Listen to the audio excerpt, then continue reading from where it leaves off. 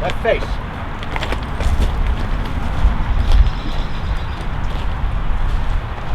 Ladies and gentlemen, my name is Jerry Skaleski. I'm the commander of Camp 8, Sons of Union Veterans of the Civil War, Ezra S. Griffin.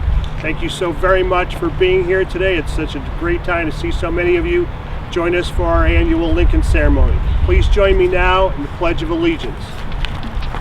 I pledge allegiance to the flag of the United States of America and to the republic for which it stands, one nation, under God, indivisible, with liberty and justice for all. At this point in time, I'd like to introduce Dorothy Kelly of the Ladies Auxiliary for our opening prayer. Order. Arms. Gentlemen, uncover. Okay, this opening prayer is from Abraham Lincoln. One of the many prayers that he would release in many of his memoirs and books. O Almighty and merciful God, Lord of the universe and of history, all that you have created good. Your compassion for the mistakes of mankind know no limits. We come to you today to ask you to keep in peace the world and its people, to keep far away from its devastating wave of terrorism and evil, to restore friendship and instill in the hearts of your creatures the gift of trust and readiness to forgive. Amen. Recover.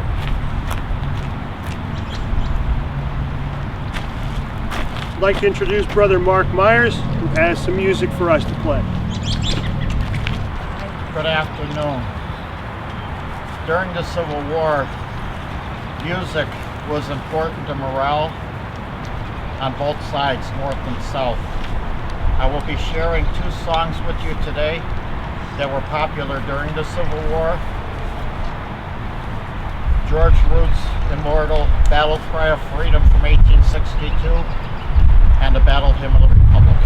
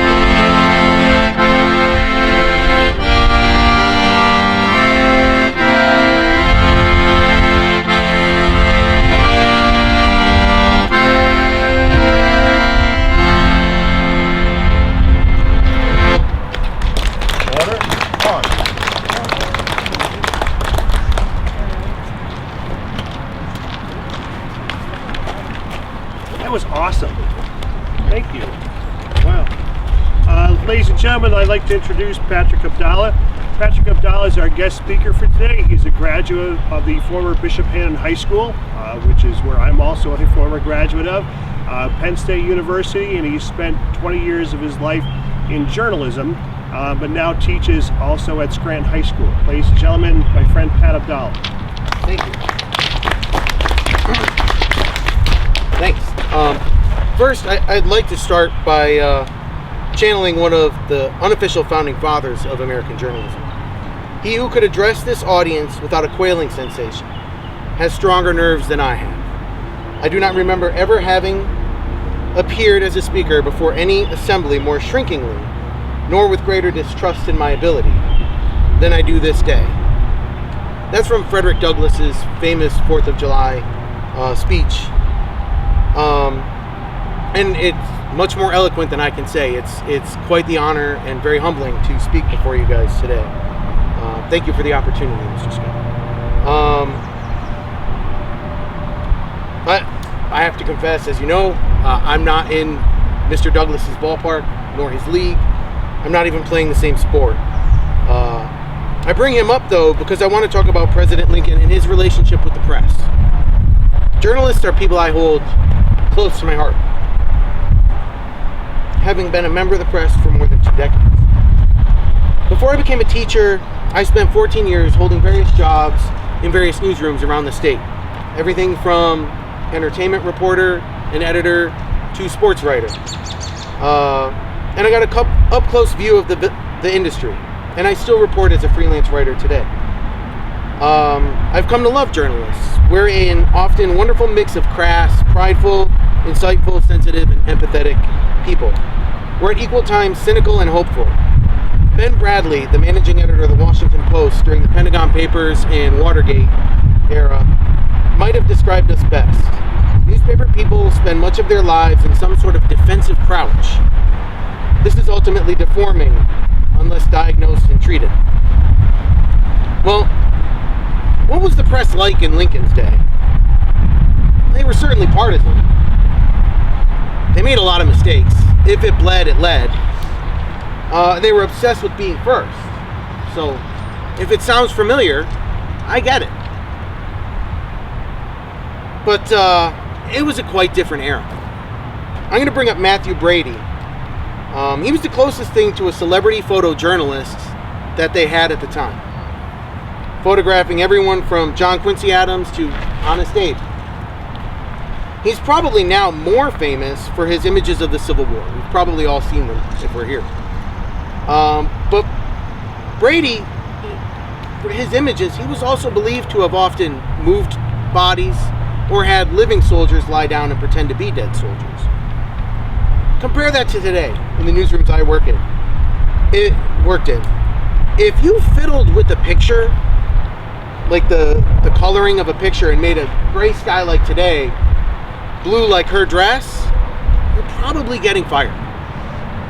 I've seen it. That's not something that you're not allowed to move anymore. We're not even supposed to pose people for our pictures, unless it's a portrait. So while we still have partisan outlets like Breitbart and Move On, those outlets, most outlets have to follow a strict duty to rely on facts as best you can get them. So Lincoln was facing a very different press than modern presidents. And he had quite an interesting relationship with them. It first began in 1832 when he announced his first public run for office. And if you look at his writings in letters to the editor and such, you see a man who was far ahead of his time. In 1836, he wrote a letter advocating for women's suffrage. It did take us 80 years to get that. According to Harold Holzer, who wrote a biography of Lincoln and his relationship with the press, Lincoln actually quietly bought a small Illinois newspaper in 1859 in hopes of building up morale for his campaign. Newspaper editors and publishers back then probably had more power in shaping party politics than they do today, if we're honest. They spent a lot of ink shaping popular images of candidates through political cartoons and their words. Lincoln seemed to understand this in the early days, cultivating strong relationships with the bigwigs, pun intended, of his day in Illinois. One of them was Joseph Medill, the editor of the Chicago Tribune. One of the most prestigious journalism schools in the country is now named after him. It's very hard for this Penn State graduate to admit that Northwestern has a prestigious journalism school. After hearing Lincoln's second inaugural, Medill dashed off a handwritten note to the president. It included these lines: "If you have time to run your eye over this enclosed slip, you will perceive that we back you up stoutly. But while we all feel resolved to give you a hearty support, we do hope that you will not deal too leniently with the cruel, vindictive millions who starve to death with devilish malice 25,000 of our brave, patriotic sons and brothers. There can be no forgiveness for them on this side of the grave. At their head is the miscreant Jeff Davis." I just wanted to include that last line about the miscreant Jeff Davis. Lincoln, of course, didn't live to receive the letter. Of course, the Democratic press was rarely very so kind and supportive to the president.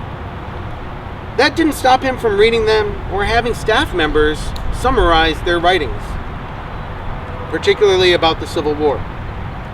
Now, the First Amendment didn't stop Lincoln from censoring some journalists. And to take some inspiration from Honest Abe, I can't really say I support that. But I can certainly end with a high note by circling back to where I began, Frederick Douglass. Douglass is, of course, remembered for his speeches in 3 autobiographies. We should not forget his role as a journalist, running several prominent abolitionist newspapers. Douglass himself would write about, he'd write everything from reviews of popular books, to women's rights, to European events, to, of course, slavery. I don't think it would be accurate to say Douglass himself influenced Frederick Law Olmsted's reporting on the South that ended up becoming The Cotton Kingdom, an influential book that showed just how horrific slavery was to Northern readers. However, Douglass's newspaper clearly influenced the New York Times, which paid Olmsted to go cover the South during that time. Historian David W. Blight discusses the result of Lincoln's first meeting with Douglass in his brilliant biography of the abolitionist. Lincoln, too, had perhaps learned something of how a black leader felt about the war for their future and the humanities they endured to fight it. The president might also have sensed for future reference how this brilliant radical pragmatist, sitting with him that morning, might be useful to the nation's survival. Over the ensuing months, though, Douglass would grow disillusioned with Lincoln, joining the movement to ditch the president for the 1964 election. He would write regularly in his Douglass Monthly strong criticisms of Lincoln. The president didn't shrink from those criticisms. He didn't shout fake news or return any broadsides. Instead, he invited Douglass to the White House. He, the President of the United States, asked a black man, a former slave, how they could increase the number of freed slaves who could be safe from bondage if Lincoln lost the election. The importance of that moment wasn't lost on Douglass, who continued to foster their relationship. Finally and famously, they met after Lincoln gave his second inaugural. Lincoln told Douglass there was no one whose opinion on the speech mattered more to him. If Lincoln had a superior in public speaking, it was probably Douglass, who supposedly said that it was a sacred effort. Lincoln had clearly won over the most influential journalist of his day. Thank you.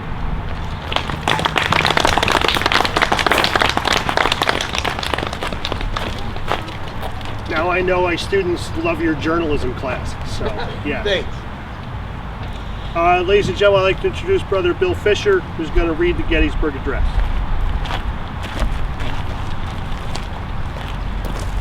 President Lincoln was not the keynote speaker at the dedication of Gettysburg National Cemetery in the fall of 1863.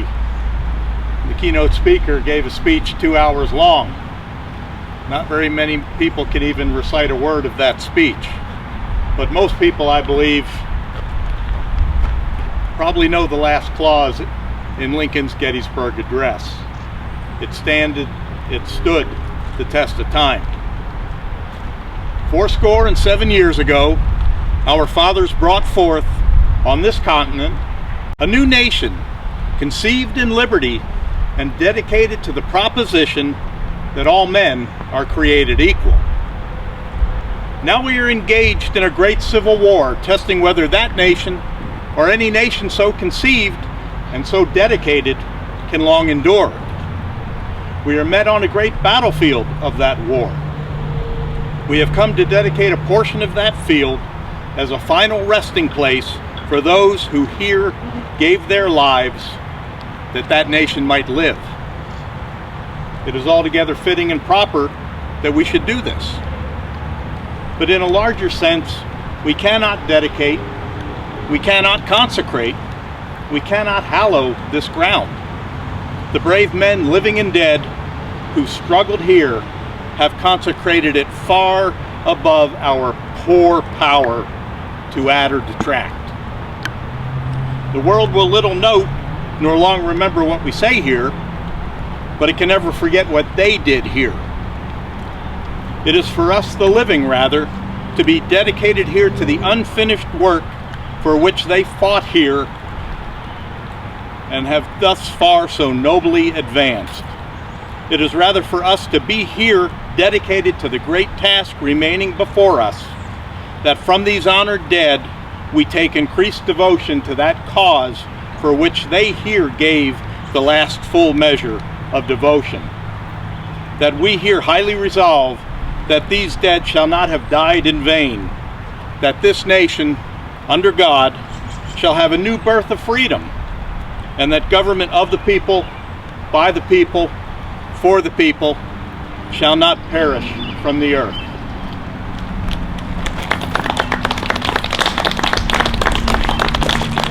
Thank you, Brother Bill. I'd like to bring back the ladies' auxiliary who will present the wreath to the Lincoln statue.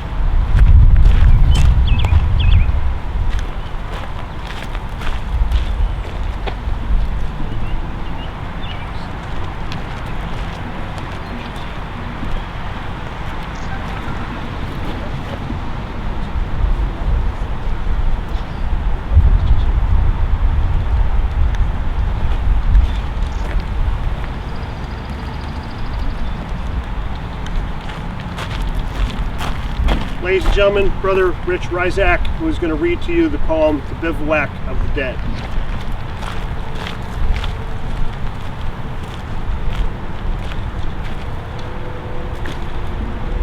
Bivouac of the Dead. The muffled drum's sad roll has beat the soldier's last tattoo. No more on life's parade shall meet that brave and fallen few. On fame's eternal camping ground, their silent tents are spread, and glory guards with solemn round the bivouac of the dead.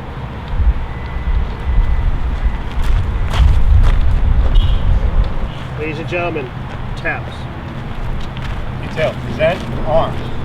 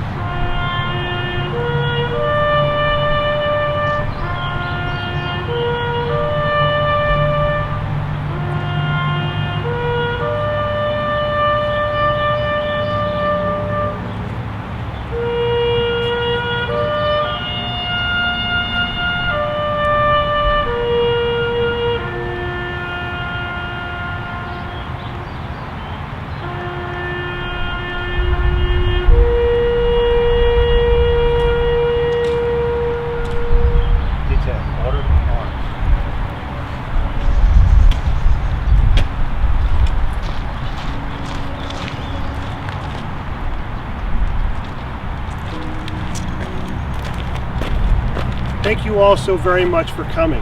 It is awesome to see so many of you here today. There's been so few of us over the years. I hope that you'll spread the word, because we will be back here next year. I think it's kind of fitting that there's a light rain with the falling of President Lincoln 160 years ago-ish last week. We will be doing a presentation at the Dunmore Cemetery, which we've been doing for 123 years at the Civil War site. You are welcome to join us on Memorial Day, Monday the 29th at 10:30 a.m. We will be there as we've been there for the last 123 years. We hope you'll join us. That is the conclusion of our ceremony for today. Thank you very much for coming. Thank you all, gentlemen of our camp. Thank you, people, for coming. We wish you a safe travels home. Thank you.